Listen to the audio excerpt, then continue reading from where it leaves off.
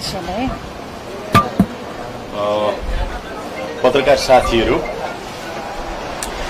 साथीहरू 2082 असोज 12 गतेको नेपाल सरकार मन्त्री परिषदका मुख्य निर्णयहरू म तपाईहरुलाई सुनाउन गइरहेको छु। 1 2082 कार्तिक 10 देखि 13 गतेसम्म भारतको नयाँ दिल्लीमा आयोजना हुने अन्तर्राष्ट्रिय सौर्य गठबन्धन ISA को 8औं बैठकमा ऊर्जा जलस्रोत तथा सिंचाई मन्त्री श्री कुलमान घिसिङलाई सहभागी हुन स्वीकृति दिने निर्णय भएको छ। त्यस्तै गरेर अर्को निर्णय 2082 भदौ 23 र 24 गतेको प्रदर्शनका क्रममा घाइते भएका व्यक्तिहरूको पहिचान एवं सहज र प्रभावकारी उपचारको व्यवस्थाका लागि गृह मन्त्रालयले परिचय पत्र वितरणको व्यवस्था मिलाउने निर्णय भएको छ। त्यस्तै गरेर यसैमा स्वास्थ्य तथा जनसंख्या मन्त्रालयले घाइते भएका व्यक्तिहरूको पुनः उपचार फलोअपका लागि अस्पतालहरू तोक्ने र ती अस्पतालहरूमा जेएनजी क्लिनिक सञ्चालन गर्ने पनि निर्णय भएको छ।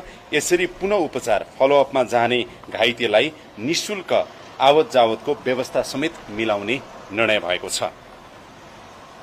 त्यस्तै यसैमा घाइते भएका व्यक्तिहरूको उपचार सम्बन्धमा स्वास्थ्य तथा जनसंख्या मन्त्रालयले हटलाइनको व्यवस्था मिलाउनुका साथै सहजीकरणका लागि सम्पर्क व्यक्ति तोकी निजको सम्पर्क नम्बर समेत सार्वजनिक गर्ने निर्णय भएको छ।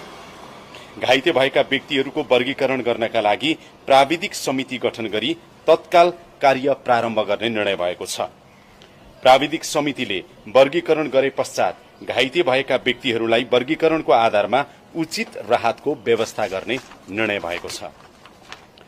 त्यस्तै अर्को निर्णय छ मन्त्री परिषदको मुगलिन पोखरा सड़क अन्तर्गत मुगलिनदेखि आबु खैरेनीसम्म हालको राजमार्गको समानान्तर मुगलिन बजारको पारीपट्टि त्रिशुली किनार गोर्खातर्फदेखि मर्स्याङ्दी नदीको बायाँ किनार हुँदै मर्स्याङ्दी विद्युत गृहको पारीपट्टि गोर्खातर्फसम्म थप सड़कको रेखाङ्कन स्वीकृत गर्ने र सड़कको केन्द्र रेखाबाट दायाँ बायाँ 15-15 मिटर गरी 30 मिटरको सड़कको मापदण्ड स्वीकृत गर्ने निर्णय भएको छ। र अर्को निर्णय रहेको छ सम्माननीय प्रधानमन्त्रीको मुख्य सल्लाहकारमा श्री अजय भद्र खनाल र जनसम्पर्क सल्लाहकारमा श्री गोविन्द नारायण तिमिल सिन्हालाई नियुक्त गर्ने निर्णय भएको छ। मन्त्री परिषदको अरू बाँकी निर्णयहरू चाहिँ हामी यो दशैं बिदा परेकोले दशैं बिदा पछि यहाँहरूलाई नियमित हाम्रो सञ्चार तथा सूचना प्रविधि मन्त्रालयको प्रेस भेटघाटमा प्रेस ब्रिफिङमा यहाँहरूलाई दिनेछौँ। यहाँहरू सबैलाई धेरै धेरै धन्यवाद छ। Thank you.